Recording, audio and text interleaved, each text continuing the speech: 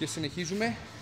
Έχουμε τελευταίο σετάκι στη δεύτερη προσπάθειά μας, στο δεύτερο ποσοστό δηλαδή, με ένα clean and jerk, αφού πριν παίξαμε ένα complex. Πάμε.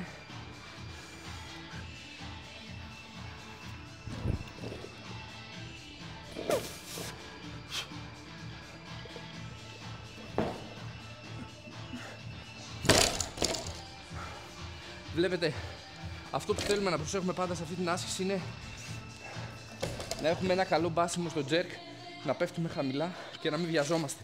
Δηλαδή η επανάληψή μου αυτή ήταν σχεδόν λάθος, γιατί βιάστηκα πάρα πολύ να μαζέψω μπροστά. Οπότε πάμε τώρα στο τελευταίο ποσοστό, όπου θα κάνουμε άλλα 3 σετάκια εδώ και θα προσπαθήσουμε η τεχνική μας να είναι το κάθε ένα πραγματάκι που θέλουμε να βελτιώσουμε να είναι σωστή.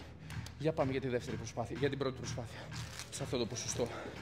Είναι έμμομ, δηλαδή σε κάθε λεπτό πρέπει να δουλεύουμε από μία επανάληψη. Και φύγαμε.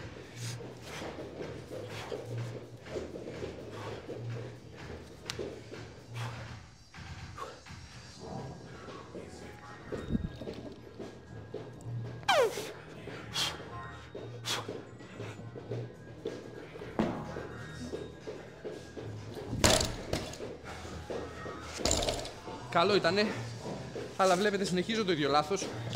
Βιάζομαι να έρθω μπροστά. Αυτό θα το βγάλουμε καλύτερα. Άλλες 2 προσπάθειες έχουμε. Έχουμε εξαντληθεί. 170 παλμούς.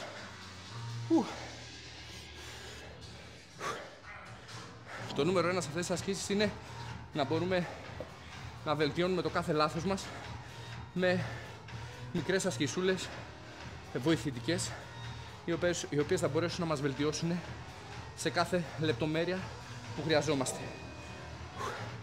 Πάμε για τη δεύτερη προσπάθεια.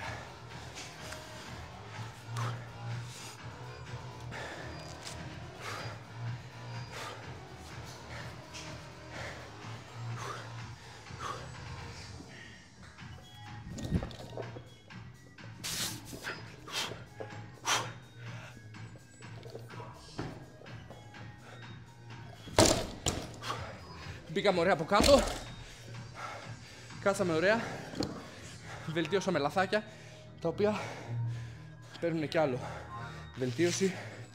Για να μπορέσουμε να δούμε αποτέλεσμα σε αυτές τις ασκήσεις χρειάζεται ένας σωστός προγραμματισμός. Για να βγει ο σωστός προγραμματισμός θέλει ένα κύκλο προπονήσεων, ο οποίος θα μπορέσει να έχει σωστά ποσοστά, σωστά ασκησιολόγια και δεν έχω άλλες ανάσες. Μία τελευταία και τελειώσαμε.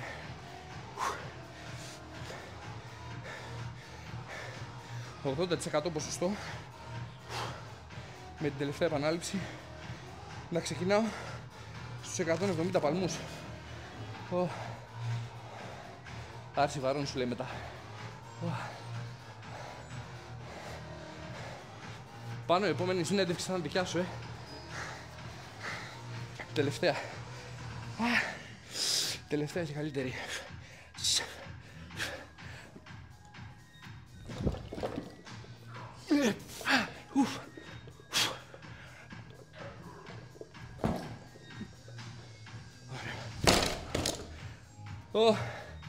Σβήσαμε. Αυτό ήταν ένα έμμομ με 3 λεπτά το κάθε ποσοστό. Άρα σε κάθε λεπτό από μία επανάληψη clean and jerk ανεβαίνω 70-80-85% περίπου.